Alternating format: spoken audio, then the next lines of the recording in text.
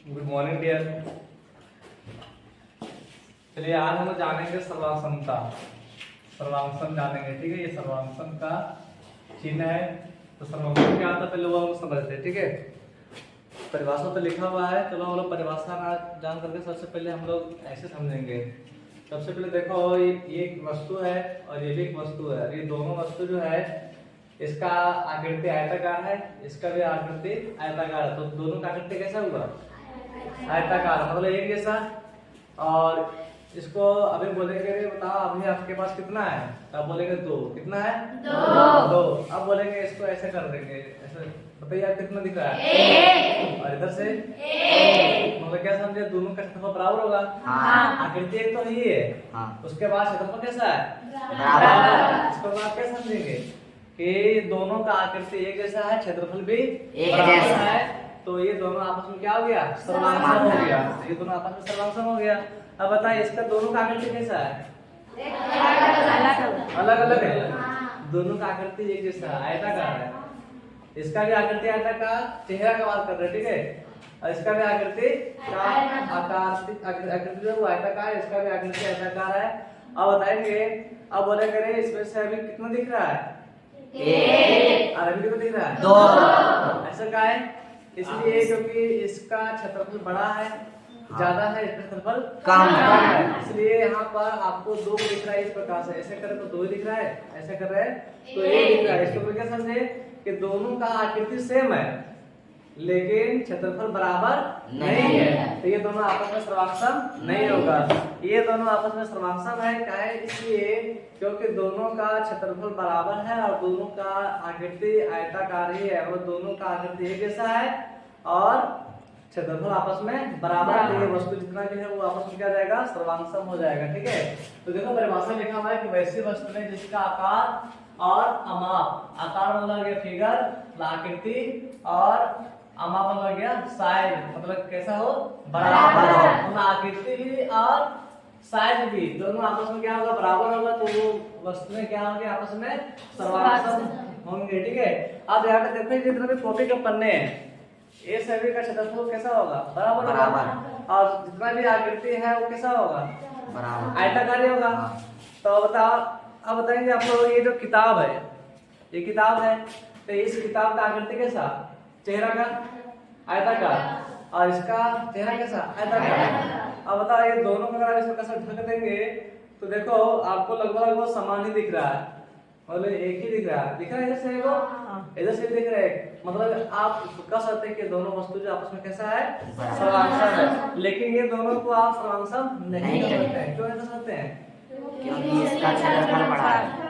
क्षेत्रफल आपस में क्या है? बड़ा है, छोटा और बड़ा है, ठीक है। अब यहाँ पे देखिए, जैसे यहाँ पर एग्जांपल में दिया गया है कि एक ही कॉपी के सभी पन्ने, तो एक ही कॉपी के जितने भी पन्ने होंगे वो आपस में सर्वांशम होंगे।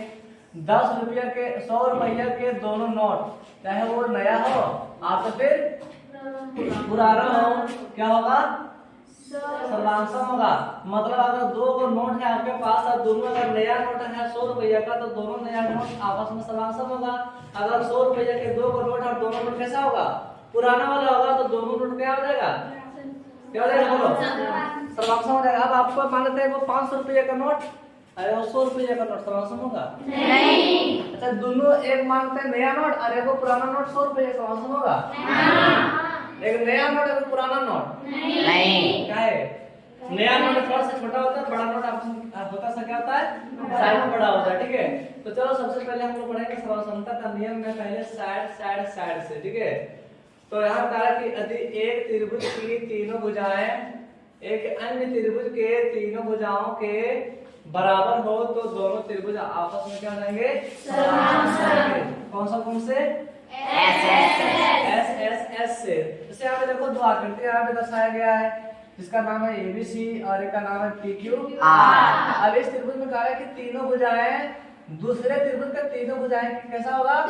बराबर हो जाएगा।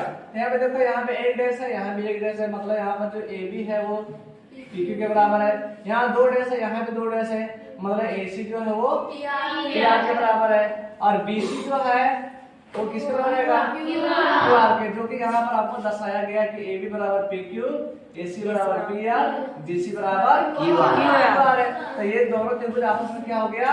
ये दोनों आपस में सर्वांगसम हो गया। तो कौन सा कौन सा जगह देखो तो साइड से, तो साइड से ये दोनों त्रिभुज आपस में क्या हो गया? सर्वांगसम हो गया। जब सर्वांगसम हो गया तो इसके संगत भाग क्या होते हैं? बराबर होते हैं। सर्वांगसम त्रिभुज के संगत भाग बराबर होते हैं। संगत भाग यहाँ पे देखो, जैसे यहाँ पे BC है, तो BC जो है किसके बराबर है? BC के सामने कौन सा कोण है? और जैसे QR के सामने कौन सा कोण है? ये दोनों हो जाएगा संगत कोण। और संगत कोण आपस में कैसा होता है? बराबर होता है। बस ये तो बताइए कोण A जो होगा वो किसके बराबर हो जाएगा? P के बराबर। उस प्रकार से कोण B किसके बराबर हो जाएगा? और कोण C किसके बराबर हो जाएगा? कौन सा गुण से? सर्वांगसम त्रिभुज के संगत भाग बराबर होते हैं। मतलब इसको हम शॉर्ट फॉर्म में लिखते हैं बाय CP। सर्वांगसम त्रिभुजों के संगत भाग बराबर होते हैं। उसके बाद देखिए, तो यहाँ पे सर्वांगसम हो गया त्रिभुज PQR और ABC सर्वांगसम हो गया। कौन सा गुण से? साइड।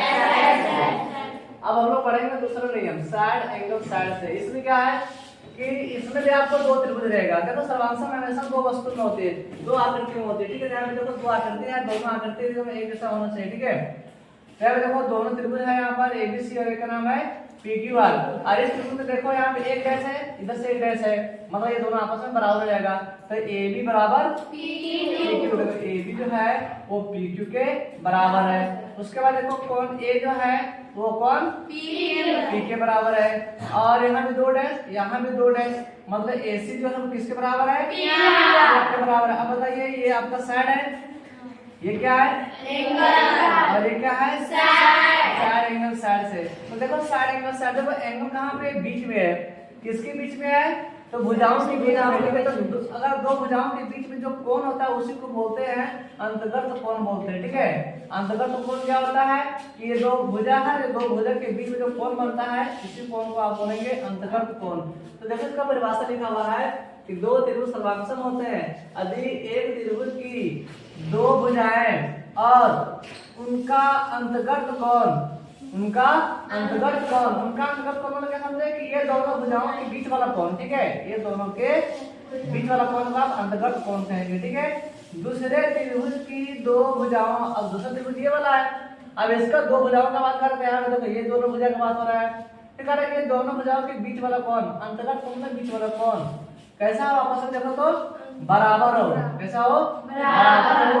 तो ये दोनों त्रिभुज आपस में हो जाएंगे सर्वांगसम। कौन सा कोण से?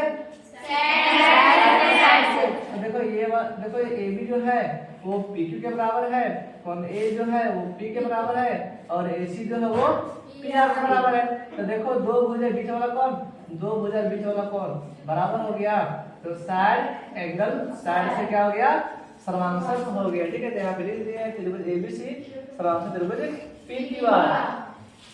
जब ये दोनों त्रिभुज आपस में सर्वांगसम होते हैं तो आपको बताए थे कि सर्वांगसम आकृतियों के संगत भुजाएं क्या होती है? बराबर होती है। अब संगत कोण भी बराबर होते हैं, मतलब भुजा भी बराबर होगा और कोण भी बराबर होगा, वो भी संगत का। अब यहाँ पे देखो संगत क्या होता है हम लोग को कल बताए हुए थे। जैसे देखो यहाँ पे कोण जो B है, तो कोण B का संगत कोण क्या होगा वो हम कैसे पता करेंगे? वो देखो तो कोण B जो है, तो B के सामने जो भुजा वो क्या है? AC है, AC है। अब AC देखेंगे किसके बराबर है? PR के बराबर है। यहाँ पे दो डैश है ना, यहाँ पे दो डैश है, मतलब इसके बराबर है। अब इसके सामने में तो इस भुजा के सामने जो कोण रहेगा, तो इस भुजा के सामने कौन सा कोण है? तो इसके सामने देखो क्या आ गया? Q आ गया ना। तो यहाँ जो कोण जो B है वो कोण Q के बराबर होगा। यही दोनों आपस में संगत कोण है, ठीक है। बराबर भुजा के सम्मुख कोण को आप संगत कोण कहेंगे।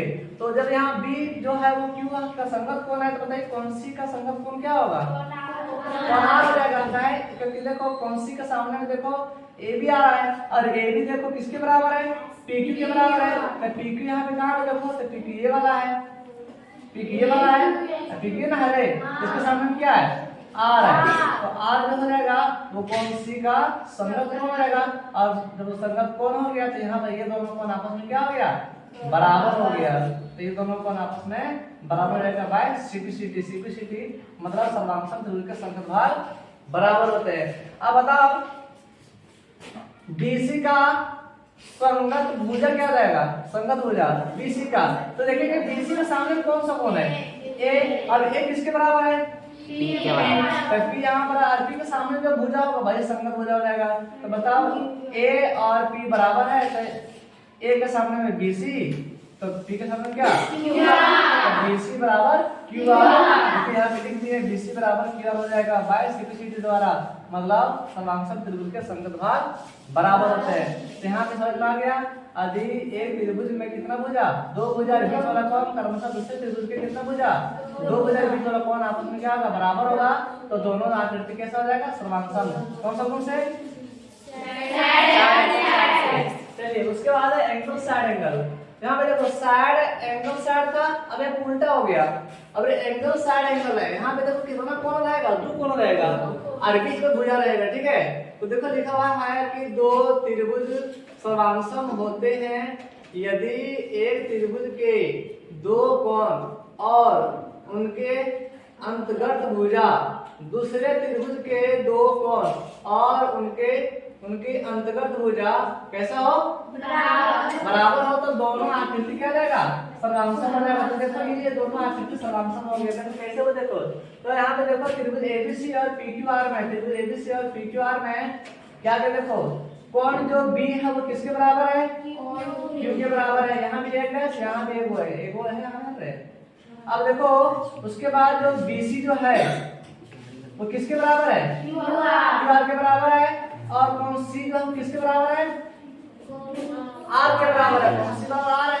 अब देखो यहाँ पे दो कोण और बीच वाला भुजा, दो कोण और बीच वाला भुजा, दो कोण है रे, और दोनों के बीच में कोई भुजा आ रहा है, तो ये बराबर हो गया। तो जब बराबर हो गया दो कोण और उसके अंतर्गत भुजा दूसरे त्रिभुज के दो कोण और उसके अंतर्गत भुजा बराबर हो जाएगा। तो हो जाएगा सर्वांशम एंगल साइड एंगल से।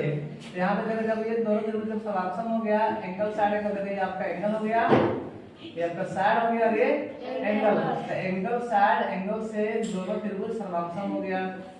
जब सर्वांशम हो गया तो लिख देंगे त्रिभुज एबीसी सर्वांशम त्रिभुज पीक्यूआर एंगल साइड एंगल से। अब जब ये दोनों त्रिभुज सर्वांशम है तो सर्वांशम त्रिभुजों के संगत भाग क्या होते हैं?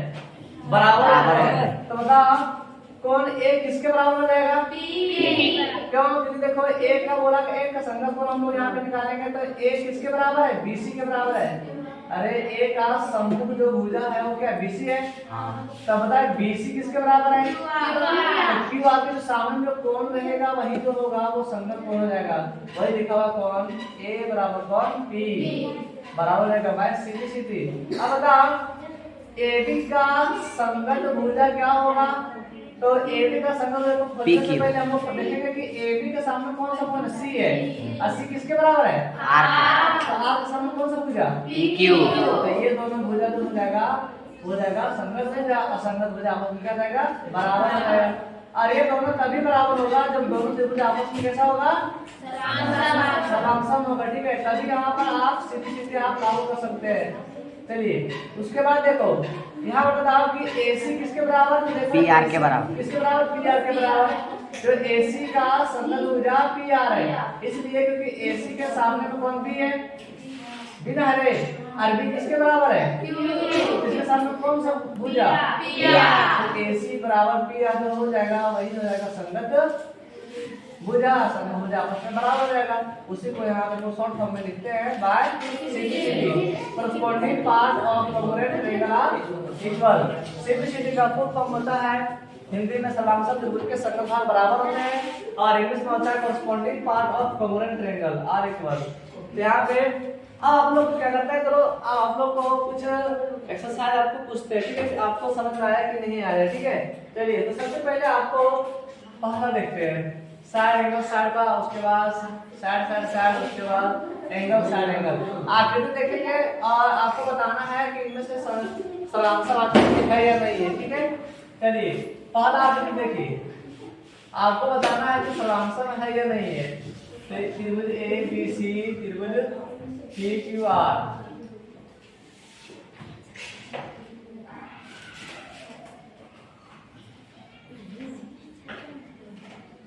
बताइए दोनों आकृति समांसम है?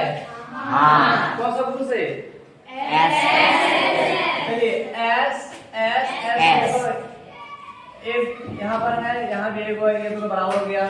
यहाँ दो को है, यहाँ दो, ये दोनों बराबर हो गए। यहाँ तीन को, यहाँ पे तीन को है, ये दोनों बराबर हो गए, सर्वांशम हो गया। कौन सा पूछा जाएगा? S S right side. चलिए आगे बताएंगे आकृति सर्वांशम है या नहीं है।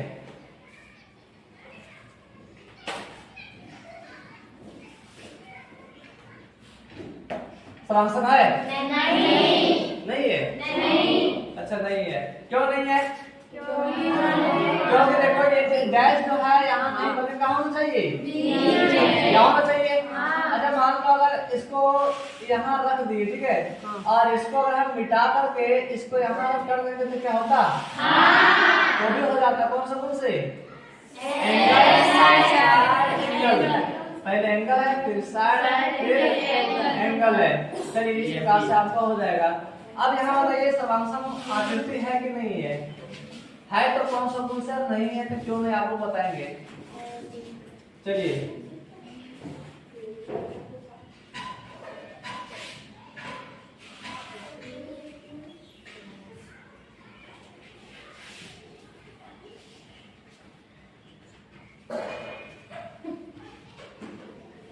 बोलिए। नहीं है? काहे नहीं है? अच्छा क्या करें हो जाएगा? ना तो एंगल एंगल से होगा, ना तो साइड साइड से होगा, ठीक है। आ जाए तो यहाँ पे देखो क्या करेंगे, इसको अगर आप साइड एंगल साइड से अगर आप करना चाहोगे तो क्या कर सकते हो? साइड एंगल साइड से अगर इसको सर्वांशम करना चाहते हो तो आप क्या कर सकते हो बताइए? साइड एंगल साइड से इसको सर्वांशम करेंगे तो क्या करेंगे बताइए? तो देखो साइड एंगल साइड का बात कर रहा है, देखो एंगल एंगल हो गया ना। इसको क्या करो, इसको मिटा दो। अब यहाँ पे कर दो, यहाँ पे एक छोड़ दे दो, तो बीच वाला कर दो, ठीक है। अब यहाँ पे देखो हो गया, हो गया। साइड एंगल साइड, ये देखो साइड एंगल साइड, दो भुजा और उसके अंतर्गत बनने वाला कोण बराबर हो रहा है। दो भुजा हो गया रे, और बीच वाला कोण, दो भुजा और बीच वाला कोण। अब यहाँ से तो क्या करेंगे, हम इसको मिटा कर अगर यहाँ कर देंगे तो क्या हो जाएगा? नहीं हो जाएगा। इसको करने के लिए इसको मिटा दो और यहाँ पे कर दो, ठीक है। ये कौन सा नियम था? Side equal side. और ये कौन सा नियम है? अब यहाँ पे चलो संगत भुजा तो समझते हैं और संगत कौन समझते हैं। चलिए तो जैसे देखो ये त्रिभुज है सर्वांशम,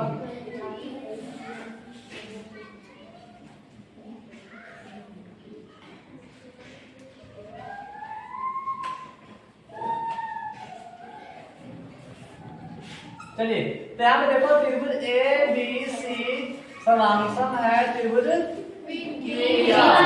कौन सा पूछ रहे? देखो साइड एंगल साइड सर्वांशम है। तो चलो हम यहाँ पे चलो हम लोग पढ़ेंगे, चलो संगत भुजा तो समझ लेते हैं बढ़िया से, संगत भुजा तो समझते हैं और संगत कौन समझते हैं, ठीक है। संगत कौन समझते हैं, जिसको नहीं समझ आए तो समझ लीजिए। संगत कौन और संगत भुजा। तो देखो संगत पहले भुजा समझते हैं, संगत भुजा। यहाँ पे देखो संगत भुजा क्या होता है। सबसे पहले आप संगत भुजा से पहले आप जानो पहले कौन सा कोण बराबर दिया हुआ है। तो कौन सा कोण बराबर हो? तो कोण बी बराबर कोण क्यू, कोण बी और कोण क्यू बराबर ना है।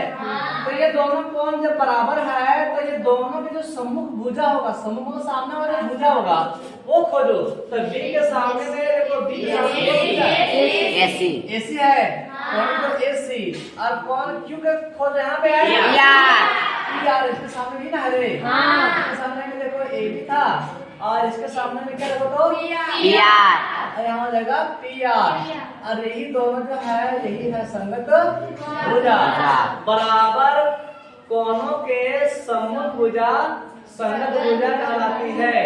मतलब दो कोण बराबर होगा और ये तभी संभव है जब दोनों आकृति कैसा होगा? समान होगा। तो संगत भुजा समझ में आ गया। चलिए अब चलो संगत कौन समझते हैं। तो संगत कौन में देखो सबसे पहले कौन सा भुजा बराबर है। तो देखो ए भी बराबर है किसके है? यहाँ एक डैश है, यहाँ भी एक डैश है, मतलब पी क्यू हो जाएगा, पी क्यू। अरे दोनों में जो सम्मुख कोण होगा, सम्मुख होगा सामने में, तो देखो AB के सामने में, देखो AB के सामने में कौन सा कोण है? ये वाला है, ठीक है। तो यहाँ पे लिख दो आप C, अब बराबर को बराबर दो, और PQ देखो PQ, तो P के सामने में कौन सा कोण है? R है, तो यहाँ पे तो R है, पता है यही जो कोण जो है यही आपका संगत कोण है। तो AB और PQ के बराबर था, तो बराबर भुजाओं के सम्मुख कोण जो होगा वही संगत कोण कहलाएगा। तो संगत कोण समझ में आ गया कि जो भुजा बराबर होगा तो उसके सामने वाला कोण क्या हो जाएगा? संगत कोण कहलाएगा। अब बताइए जो संगत कोण यहाँ पर C और R है, तो कौन C और R जो है वो संगत कोण है, तो आप बताएंगे कि यहाँ पर A का संगत कोण क्या होगा? A का संगत कोण क्या होगा? P। क्यों होगा P? क्योंकि A के सामने में BC है, और BC किसके बराबर? इसके सामने कौन सा कोण है? P। तो P और A जो होगा वही संगत कोण हो जाएगा, ठीक है। तो इसी को बोलते हैं CPCT द्वारा, ठीक है। CPCT मतलब corresponding part of congruent triangle are equal, समांतर त्रिभुज के संगत भाग बराबर होते हैं।